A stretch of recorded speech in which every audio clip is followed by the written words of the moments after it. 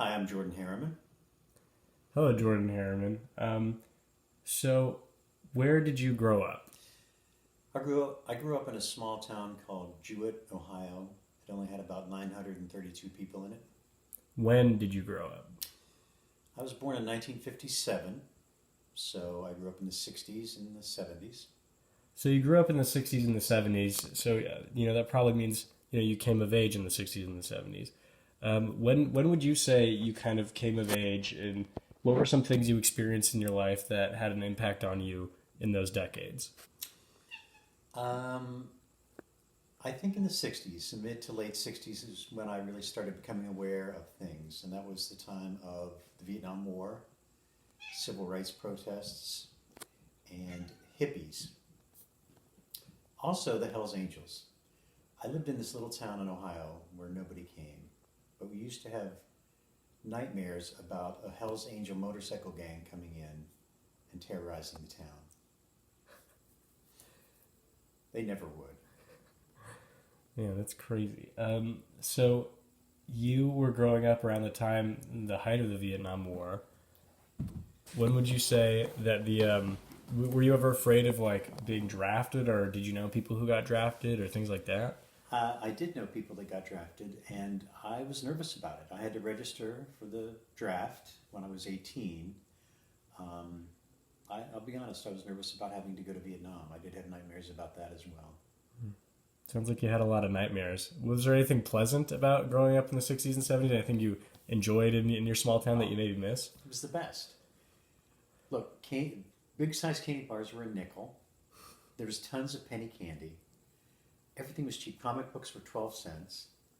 So I have a twin brother. My brother and I asked our parents for an allowance. We had 6 kids in our family and we didn't have much money. So my dad said, I'll give you each a nickel a month. You got to wash my car every week. Got to take the ashes out of the furnace. We had a coal furnace. We didn't have a gas furnace or anything. And clean the yard. We said, okay. So we would do all those things. In the middle of winter, washing a car, the water would basically freeze on the hood of the car and turn into ice as we were washing it. But then at the end of the month, we would each get a nickel. That's a dime.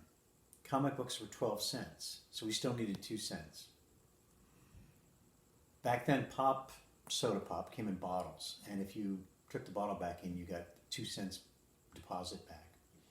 So we would go to our neighbor's house and ask him for one pop bottle, and we would take it and get the deposit back, and then we'd have 12 cents and we'd buy one comic book.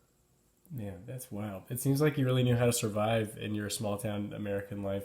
But how did you end up getting out of that town, and what inspired you to leave and to come where you are now? When I was young, there were a lot of people, men and women, young men and women, who were really talented but never did anything with their talent. They stayed in the town, they worked in the mines or in the steel mills, or became housewives, and it literally made me mad that they wasted their potential. And my brother and I, my twin brother and I, said, we're not going to do that. We're going to go as far as we can. So we went to college. We went to Ohio State. Our parents didn't even help us fill out the applications. They didn't know anything about it. And we just said, we're going to college. And they said, okay. We had to find the money. We mowed lawns. We painted houses. Later on, we acted in plays for money and made enough money to go to college. Nice. All right, in the final minute here that we have, I wonder if you have any advice for anyone who might find themselves in a small town today. What's your advice to anyone trying to make it or get out of a small town, or the benefits and drawbacks of that?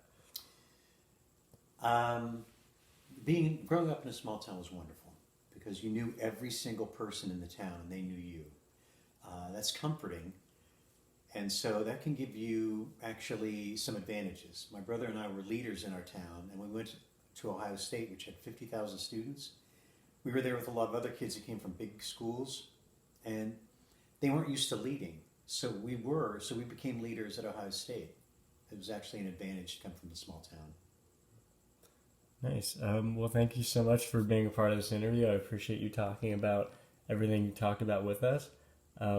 Thank you so much for participating, talking about your small town life, Dad. I appreciate it. It's a real pleasure.